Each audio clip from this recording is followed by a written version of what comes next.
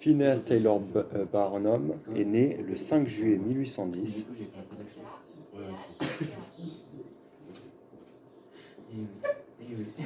et il est mort en 91 dans le Connecticut.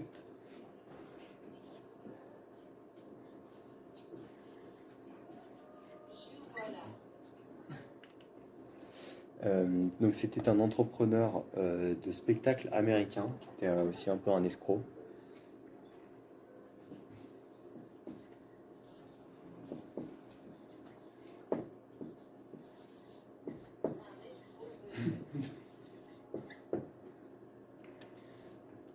Alors il fut également auteur et philanthrope, parce qu'il a gagné beaucoup d'argent en faisant ses escroqueries.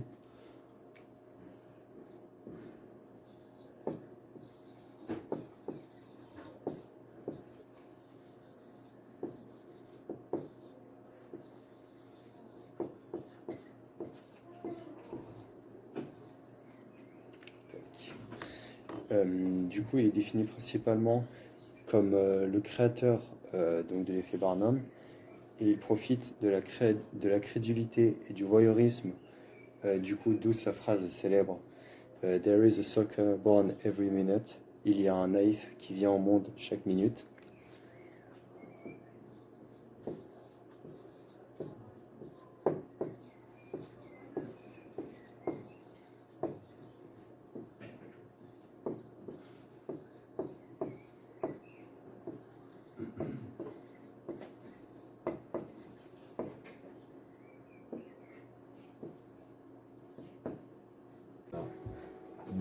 L'expérience est née d'un homme appelé Forer dans les années 1940.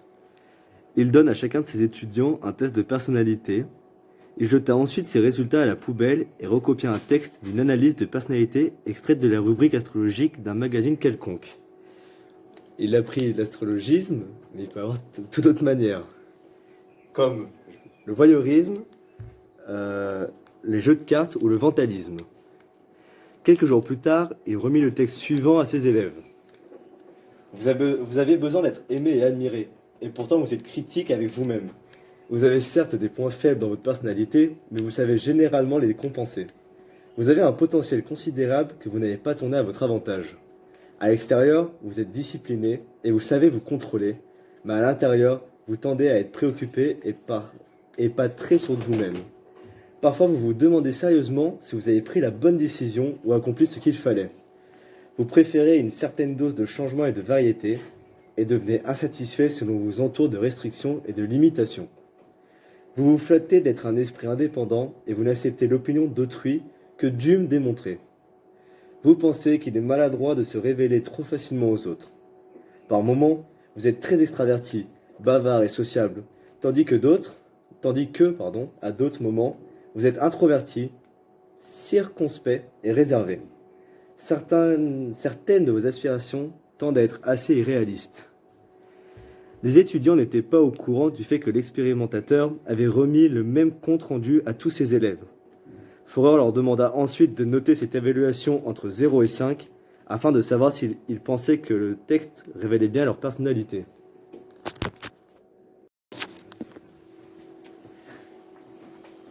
Forer a donc fait la moyenne des résultats obtenus. Cette moyenne était de 4,2, ce qui montre un important accord avec la pensée des participants.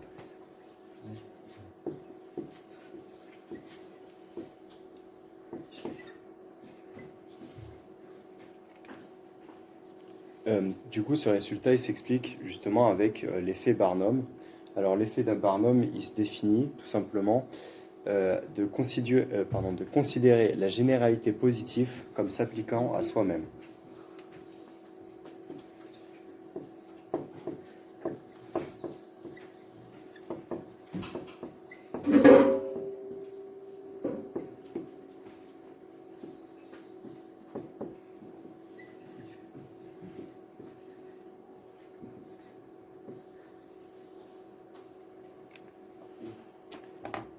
Ensuite, plus tard, les psychologues Dixon et Kelly trouvèrent donc des facteurs de pertinence qui augmentent justement cette persuasion. Alors tout d'abord, premier point, la persuasion du sujet que l'analyse s'appliquait à lui seul.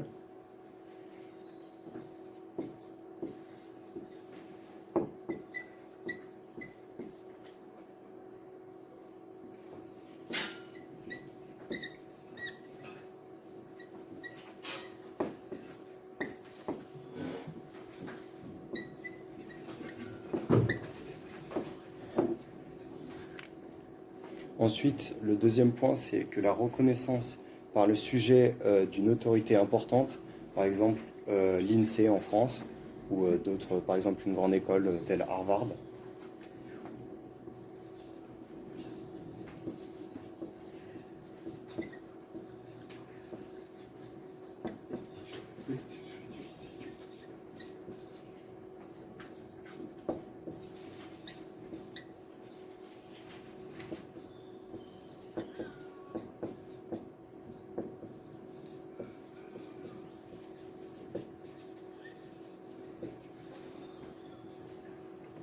Et enfin, dernier point, il faut rajouter un maximum de traits majoritairement positifs.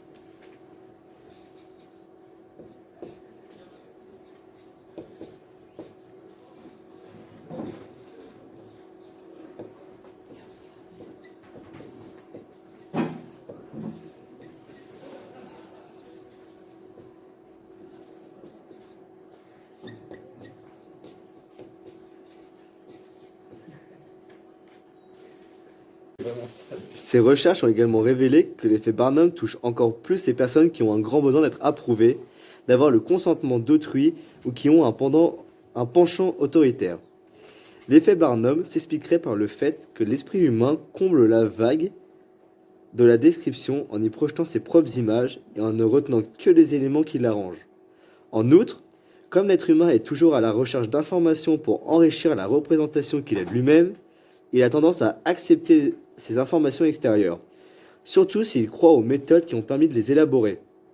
L'effet Barnum met en lumière le processus incessant de la construction de la représentation de soi-même.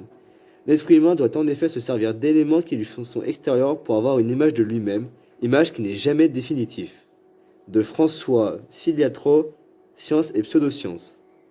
La mise en évidence de ce phénomène est un des plus importants moyens de lutte contre les pseudosciences utilisés par la ZT. Excusez-moi.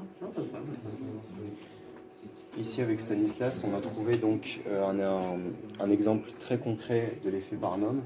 Ici, on est allé sur un horoscope, là, en 2021, et on a vu justement cette page avec écrit tel signe est né pour. Alors ici, on peut voir que ce soit un bélier, un taureau, un gémeaux, un cancer, etc. Il y a toujours des choses positives, et c'est que des généralités. Par exemple, protéger leurs proches, quels proches, comment, etc. C'est pas du tout précis, pourtant on se dit ah, c'est cool, je suis bélier, et voilà, je protège mes proches, donc je suis quelqu'un de bien. Ici, les taureaux, voir le bon côté des choses, pareil, quelque chose de très positif, mais très général. Inspirer les autres, pareil, c'est encore plus vraiment très très général, on peut être d'accord sur beaucoup de choses comme inspirer les autres. Le cancer, prendre soin de ceux qui en ont besoin. Lion, montrer montrer de la générosité aux autres. Les vierges, voir de la valeur dans les petites choses, etc. etc., etc.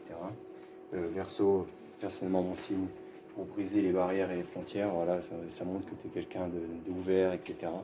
Donc c'est tout le temps quelque chose qui va te flatter.